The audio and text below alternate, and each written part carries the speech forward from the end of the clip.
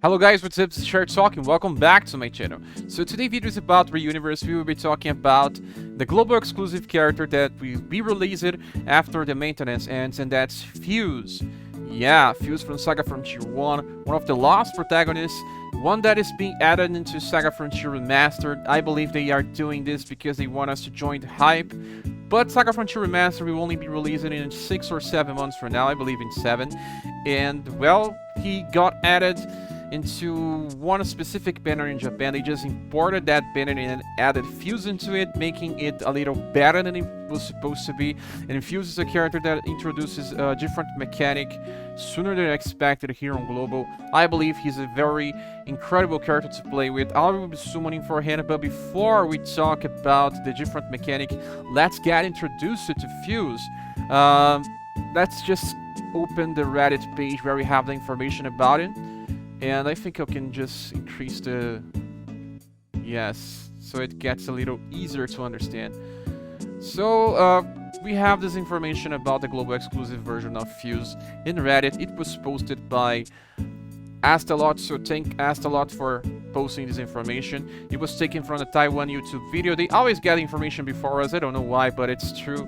And, well, it is what it is. What I want to explain here is that this guy here is very, but very similar to a character we got recently buffed for Global, and that is Award Claudia. Award Claudia was a character that didn't have much stuff in her favor, and then they changed her to become an AoE attacker with Paralyze, because, well, she was already an AoE attacker, but she didn't have Paralyze, and then they changed her intelligence to be very high so that she will also be excel in status elements, in debuffs, if she gets a debuff in the future by other styles. So higher intelligence with a no magical attacker, it means that the character will be able to perform the role of a jammer in your squad. And a jammer can be critical to your victories in challenges and sometimes in some specific content like Robbing Cup, also on Zwig or the Hidden Dojo. And that's exactly what they did with Fuse. You can already see him, he's a gunner, so he do not use STR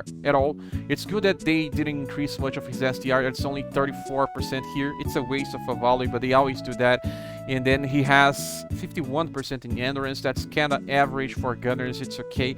And then his dexterity is only 85%. It's nothing stellar, but it's the standard of gunners for this current moment in the game. Then he has 74% increase in agility, and well, this is pretty cool. The problem is that usually there's formation that increases dex produce agility, but not anymore. We have a new one that kind of works without reducing agility, and that will be central through his future strategic squad buildings. I believe that you can use him in strategies where he did not lose agility so that he can attack before some of your other members on your squad to make use of one of his specific abilities. And intelligence is on 80%, and that's a very high number for a character that's not a magical attacker. He has more than some mage, exactly, just like Claudia. They serve the same purpose, but different status elements. And then he has 65% increase in will. That is a very cool number. For backline units, usually have more will than endurance, so that makes sense as well.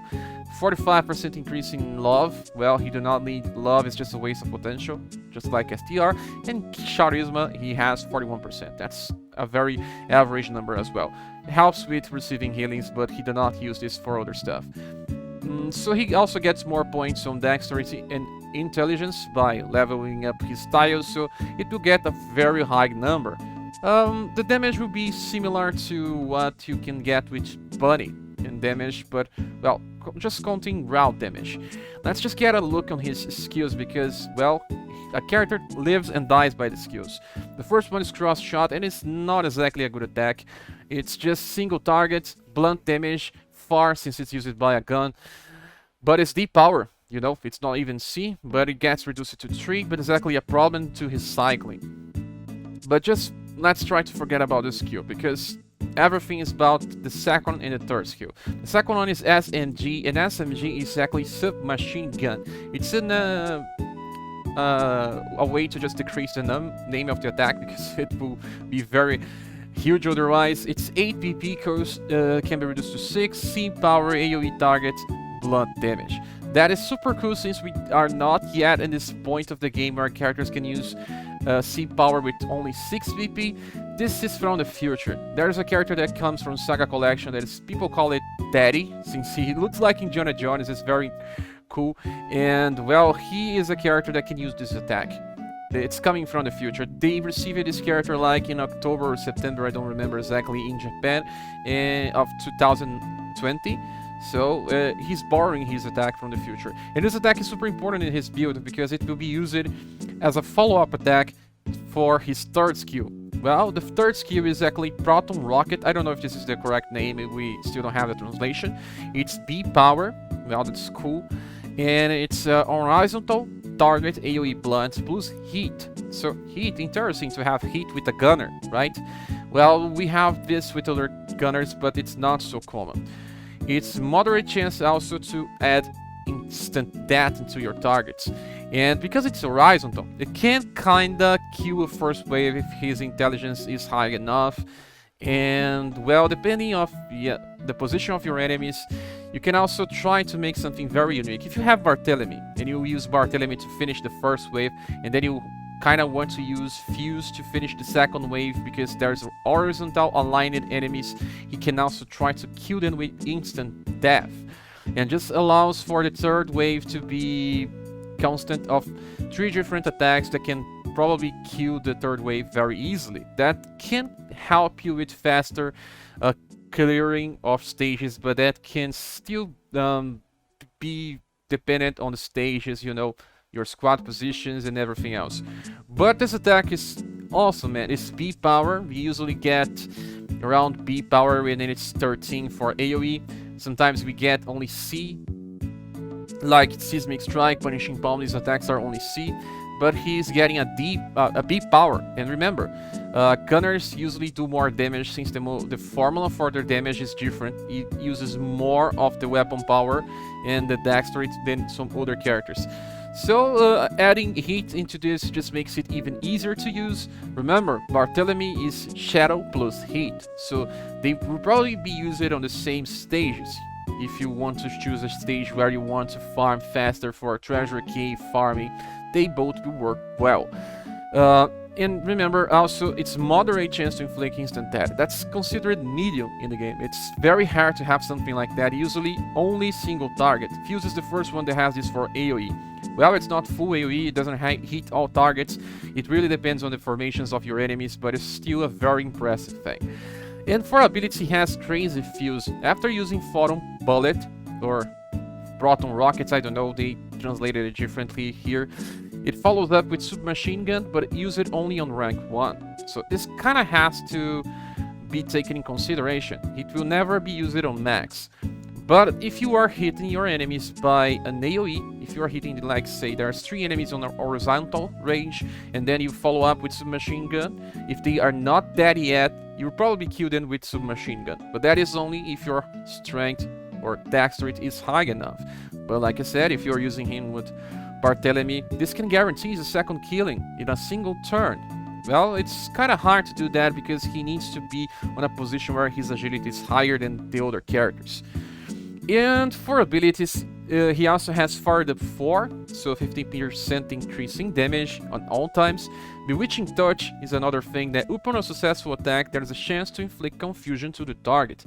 It's a moderate chance, medium, for turn duration.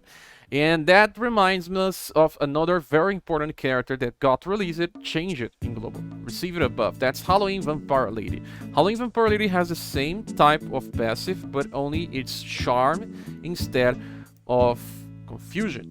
And you know, Charm was very hard to find. Confusion is also very hard to find. I think that we have more chances to inflict Confusion than Charm in the game, but it's still, we never had something like this.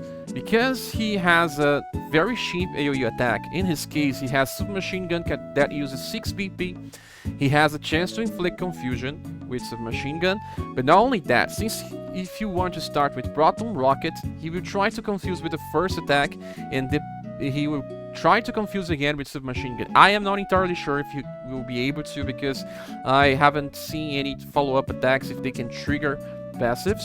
I believe it can, but if it doesn't, I will just make a video about this later. And well, you see, there's double value in this character. He has high intelligence, he has high agility, he has high dexterity. He's not the best in any of this stuff. He has very high, but still not the best values, but they work very well together into producing a character that can be used into cheese content. If he is able to confuse enemies, they will attack themselves just like Charm, and that can make content way easier. If you are playing on Zui Coliseum, if you're using him with, say, Vampire Lady, you will have a very easy time to clear a lot of content starting from now. Especially now that we have Holy Stones, we can also decrease the confusion resistance of enemies. You can even use this with him or your other squad members to try to inflict confusion with more chances. I know that sometimes using a skill that could produce confusion will be more easy to relate, but remember, it's 4 turns. This is not sleep. If it was sleep, yeah, I understand that's hard to inflict, but it's confusion. It should be very fine for using in content. Well, I still believe that it's not the best for challenges. I think IG Break from Summer List should be more reliable for content where you can keep spamming IG Break. You have a higher chance than 25% to inflict confusion if your enemy gets his resistance down to 0. But it is what it is. It's AoE instead of a single target like Summer List, and he has follow-up attacks. I think that this guy here is very close to a 10. I will be giving him a 9.5 out of 10, just because I'm still not entirely sure how well he will perform.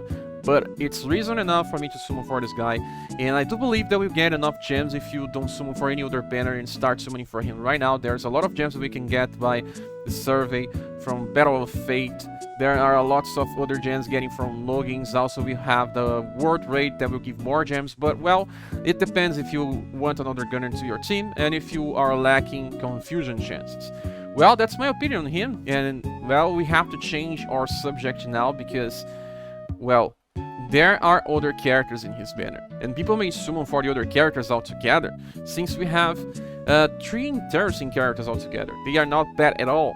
There are different reasons to use them. They may not be on the top of their games, but even then, you have some different usage for any one of the 3 different characters here. We have Mesarthim, Princess Ray, and Princess White Rose. This Princess White Rose is not a healer. It needs to be said right now because people may think that this is just like our past Princess White Rose, but it's not. You can kind of still heal with this one, but she doesn't have the same values of love. She will not heal as much.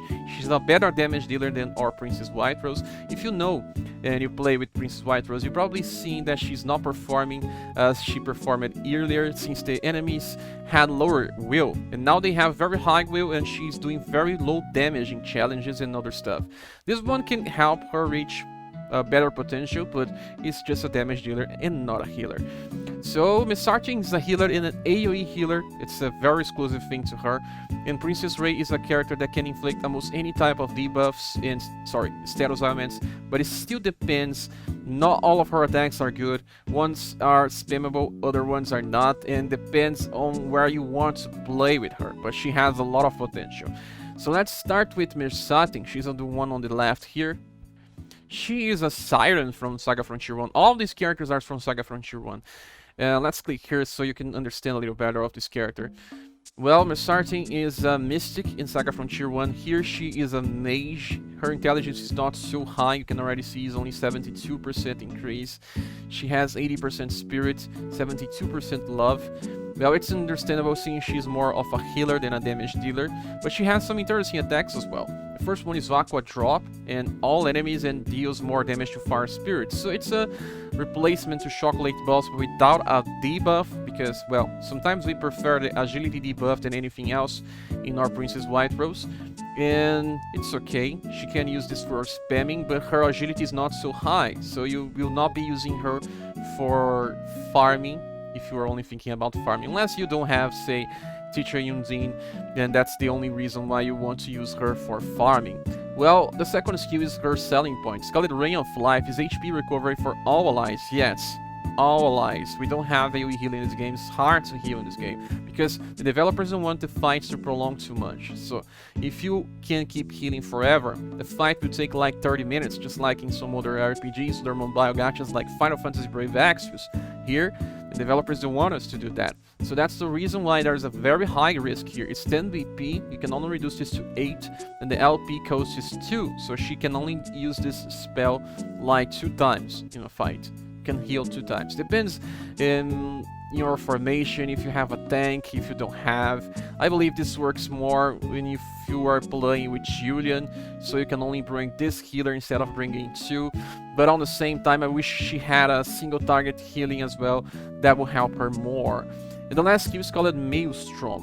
And Maelstrom is just very strong. It's S damage. Usually sometimes you have only A damage. She has an S. It's a very powerful attack, the one that we get with Forneos in the future. And with 13 BP, you can use this on second turn. If you are playing her with Barthélemy, she can still use this on the second turn. But, well, it will depend if she's very agile in the fight, because, well, her agility is very, very low. It will probably be used only on the third wave after everyone already used their strongest skill. And let's give a look on her passive. The first one is Breeding. She recovers BP on the beginning of the turn. It doesn't really matter if it's on the beginning or on the end, since you cannot take advantage of this.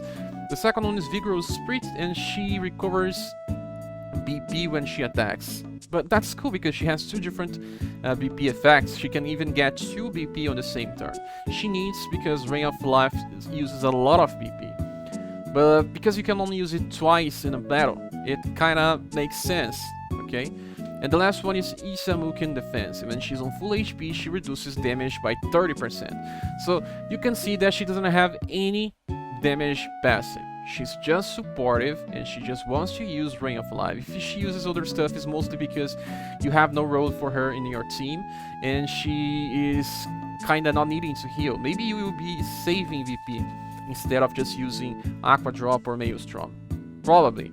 So, I value her healing a lot. They even made some calculations with her healing. You can see right now in Japan she can heal for around 800 HP, or close to 900. For us, that will be close to 650 AoE healing. It's probably enough to get someone from critical HP to full, but not someone that just died.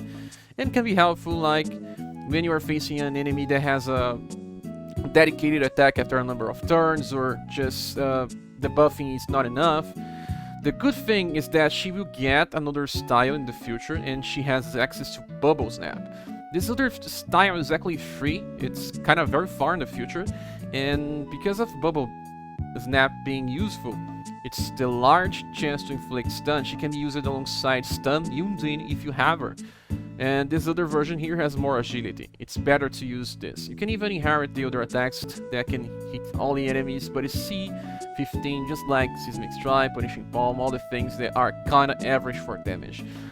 Okay, so this is Mesarthim. I believe that she is cool for what she is, but she is not easy to use. AoE healing may sound like overpower in this game, but it's not. You usually don't need all that much healing in a fight, especially if you are using the core characters from challenges. You know, if you bring in White Rose, she can also self-heal. There will be more characters that can self-heal in battle, and that's how you reduce the need of a healing.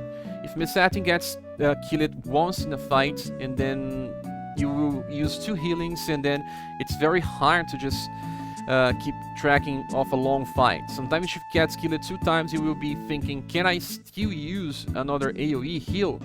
Well, she's locked into this, and she does not have a single target healing. So that's the whole reason why I'll be giving this character a 8.5 out of 10. Yes, I know, it seems interesting, but on the same time, it's flawed. And the reason why it's flawed is because they wanted it to be. It's just a balance on this game.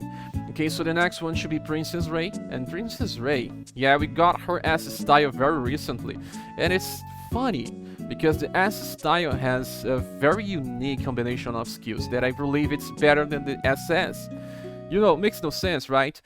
But it's true. Let's check the S style first, because, well, at least let's just give a look to the multipliers. The SS style has more intelligence, that's for sure. But Estai already had a very high intelligence, 211 right now in Japan and 250. So 40% difference. Sorry, 40 points in difference for 20% difference in final values. Right now they can kind of be used. Anyone can still use the S and take some value out of it. But those that were thinking about investing on the S style can only inherit the skills into the SS and use it with the SS instead. Well, let me talk about the different skills that we have with the SS first, then we will give you a look on the S. The first attack is Crawl, and this one is medium. Whole enemy is indirect. It's similar to Light Ball, so they are stronger since it's 9 power instead of 7. But guys, Darkness is useless in this game. It changes the final accuracy of an attack. It's just to try to make your enemy miss attacks, and that will hardly happen. The second one is Jackal, and there's a medium chance to inflict poison. And this one is actually very nice for boss fights. You know, it takes 10% HP damage of your boss or challenge or any type of enemy, and this can solve a lot of problems. But the thing is that most bosses are immune to poison, but not all of them. If you find one that is not immune to poison, Jackal can be very nice since it can also be spammed. You can use this 3 times in a row. If the enemy fails to get poison, she can try to inflict it 2 more times since it gets to 5, and 5 plus 5 plus 5 is 15. The damage is also pretty high. It's 26 modifier for B power, and usually we have around 28 and 30 on the second skill by using 6 BP. So she's getting a skill with 5 BP instead of 6 less, so that she can spend on poison chance. Medium is very okay with a character that has very high intelligence. And the last one is Reaper. This is an attack that deals damage. It has a small chance to stun and also insta-kill a target. Well, it should be useful if you are trying to run a stage where the first enemy is like Juggernaut. I don't know if Juggernaut is susceptible to insta-kill, but if he was, this would be very nice. So you can start killing the first enemy and then just, say, use AoE to kill the other ones. But it's not so easy to use, depends on your formation. Maybe a character that, if she goes first, you know, it's a problem since I don't think she has... Well, she has a high agility, but it's still not as high as some others. If she attacks last, it makes no sense. He needs to go first to kill the target, and then, well, depends on your formation. You can still find some use out of this. For passives, she has a life cycle, and she recovers HP if you are fainted. Yeah, if in the end of the turn, if you are fainted, you recover own HP. Does not activate on the turn you fainted due to poison. Well, it seems like if you die, it will recover your own HP. Life cycle. But not if you were poisoned. Always. So she does not die. And at the end of the turn, if you are fainted, you will just revive again. It feels like it's this. But if I'm wrong, please say here in the comments and I'll fix this. The second one is she heals herself on the beginning of the turn with a 25% chance, medium power. The life cycle only heals very low HP. It's not much, but kind of helps, I think, if she keeps reviving. And the last one is fired up 4 and increases the damage by 15%. So she has a chance to recover when she dies. She will keep getting herself healed with 25% chances, and she deals a little more damage. I believe this is an interesting combination of things. I just don't really like how the skills that she has. Small chance to inflict insta-kill is not exactly just small, since she has very high intelligence, very high. It can insta-kill most enemies, I think, because enemies that can be insta-killed still die to Albert, and Albert has only low chance as well and doesn't have much intelligence. So I believe that's cool. Jackal is good, but Crawl is not. It's just that, well, she's not an AoE attacker. She was not made to be an AoE attacker. So she kind of gets more use out of her S-style attacks. Let's just get into it. She has Black Cat, Nightmare, and Cockatrice. Cockatrice, I believe, is one of the most interesting since it's medium chance to inflict Petrify. And Petrify is hard to find, man. You have Detropelta, it's just a small chance. And my Thomas keeps failing. He never petrify when I need him. So maybe she will be better than him for petrify, but only on the start. And 9 BP is still a lot. So you petrify for 5 turns, you have only 1 more chance to inflict petrify again, and you will not have enough to try it a second time. So you have to keep reapplying if it's a boss. But it's hardly if any boss not immune to Petrify. They are usually immune to Petrify. And Black Cat is also useful since it's confused. It's small again, but yeah. If you have more than one Confuse Inflictor, that she can help, maybe, you know, Summerlist trying to confuse, or maybe Fuse trying to confuse. You have two characters trying to confuse your enemies, that can work. Because she can fit into a lot of different squad based on different status ailments, I do believe that she is like a 9.0 out of 10, a very interesting character to have, but there are some flaws here and there, but usually just the sustain is cool. She doesn't have the best damage, but she was not made for this. Even then, the damage is not so bad. Okay, so the last character we were talking about is White Rose Princess. Well, she's one of the favorite characters of this game. She started with the Valentine version, and now we have this one here that should be the base version. Is still limited, so it's very hard to find this character here since all of her versions are limited. Well, you can already try to compare the two characters here. She's way faster than the Valentine's version, 74% modifier against 36. She wins on SDR, loses in endurance, barely makes difference. She has more dexterity, so she will miss less. Higher agility, so she's better for AoE spamming, way better agility. That's very easy to attack less when you're using Princess White Rose, but this other one will not be like that. The intelligence is even higher, so 83%. The will barely makes any difference since she is not back row unit anyway. Love is way lower, so her healings will not be so strong. But remember, the healing from White Rose is already very overpowered. Even if you are using with this one here, I believe it still be enough to heal some characters. If you are using her cap at level 50, she will still be able to heal almost max value on HP. The charm is a little higher, but barely makes difference as well. Let's just check her healings even when maxed. Let's see if they made the calculations. Yes, she will probably heal for 600 HP right now, and it's usually enough. 650 or something can be reason as well.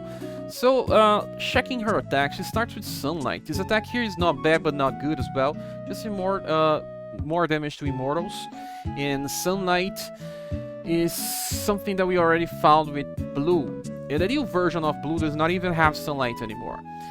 Well, the second one is Saber Ray, and this got buffed on Global because, you know, Blue has the skills, so indirectly changes this for Princess White Rose as well. So Saber Ray will be Sun plus slash damage. That can help in some situations, and if you are using a Dragon Strike formation and you want a mage to also deal slash damage if you need, that kinda helps. So very good indeed. The third one is Blasting Garden, and this one is a AoE attack, indirect, that will hit all enemies and lower their spirit. And guys, spirit is will in English, and this is very incredible because, you know, there's another character that has this, and it's Judy. But Judy has Psycho Noise. Psycho Noise with Judy can be reduced to 8 VP. This one will be reduced to 9. So there's one more cost here, but the damage is interesting, and it's Sun instead of Moon. You know, very different scenarios. And, well, there will be more and more enemies with very high will. And if you want to inflict any status ailment, if you can debuff the will of your enemy, you have better chances, since it's intelligence against will. So Blasting Garden can help you in situations where you have more than one boss, and you want to debuff their status or inflict status elements. That really helps. But the damage is not stellar, but because her intelligence is way better, it will work. Reducing Blasting Garden to 9 BP and inheriting Chocolate Ball will allow you to attack 2 times in a row, but she still has a problem. She cannot use 3 AoE attacks on the same time, you know, because Chocolate Balls is 4. Okay, so let's give a look on all the other bastards. You can see that Brave Assault, she deals more damage when she's on full HP, 15% increase. The second one, she can increases her intelligence all the time by 20% on start of a new wave. So 20% more intelligence, already counting for the 83%. So even more on top of this. And the last one is fired up 4. So 30% increase in damage when she's not attacked. Okay, she has very high agility, so she will probably attack first. And 20% increase in intelligence. There's a problem with AoE here if you want to use Blasting Garden. And starting with Blasting Garden, you will only have the chance to just use Chocolate Balls after, and you cannot use it 3 times in a row. So that's the problem. If you are using a character that can kill the first wave without you having to do it by yourself, that can kind of help her reach her max potential. But she's not perfect as an AoE damage dealer. That is a small problem to her build. And well, in my opinion, this version of Princess White Rose is not so strong as it could be. But there's a lot of potential here, especially because of Blasting Garden. You can also just inherit Blasting Garden into your Valentine's version if you want. Well, I don't know if you have that much PP in a fight, because she's already very costly. But yeah, you can get this spell into work. I really think of some scenarios that it will work. And if you can bring her with Judy and against enemies that are, you know, there may be some stages where you have 3 bosses, like we have with the Barbarians. And if you can debuff their will 2 times, well, Judy is better because Judy decreases intelligence and will. You know, Judy is even stronger here. I remember giving Judy at least a 9.0, so I still believe that Judy is better than this version of Princess White Rose. It's just that, well, they are not comparable. And then, in my opinion, this version deserves an 8.5 out of 10 or an 8.0. Not entirely sure here, but yes, that's what I have. Okay, and now I think that's finished this reading of all the characters. You have Fuse, a very unique character that can be useful for a long time because of confusion chances. Also by having a follow-up attack that can be, well, strategized to use in some stages where you have enemies aligned on a horizontal range. He will be extremely powerful in these scenarios. If he can finish a wave by himself, that increases your farming potential in treasure map events. We have Mesarthim, a character that can do AoE heals but fails by not having a single target healing. We have Princess Ray that has a lot of different types of status elements, can be built into different scenarios. You want poison, you have her. If you want confusion, you still have her. If you want petrify, you still have her. There's a lot of different scenarios with a very versatile character. And then last we have Princess White Rose that got a little stronger by inheriting a skill that Blue can use with slash Blue Sun damage, but that alone is not enough to justify her over Blue. Blue is a 10 out of 10, a very strong character, and Princess White Rose is only an 8.5 out of 10. She can do something that he can also do, but she does not have a full AoE range. She has some problems. She gets better by inheritance. Within time you get more White Rose styles, but right now it's not perfect.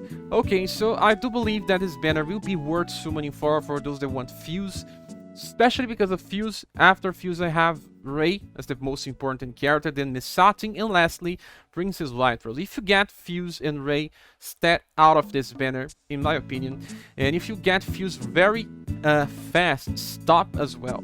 And just go out because you got a very good Confusion Inflictor. So, like I said, we heard that we'll be also be getting more medals by summoning on this banner, so that requires less gems to get. We'll be getting a lot of gems, but if you are still summoning for the banners, think well before summoning here. So that's it, guys. I hope you enjoyed this video. Please give a like, comment if you agree or don't agree with me, and we see each other on the next video. Bye.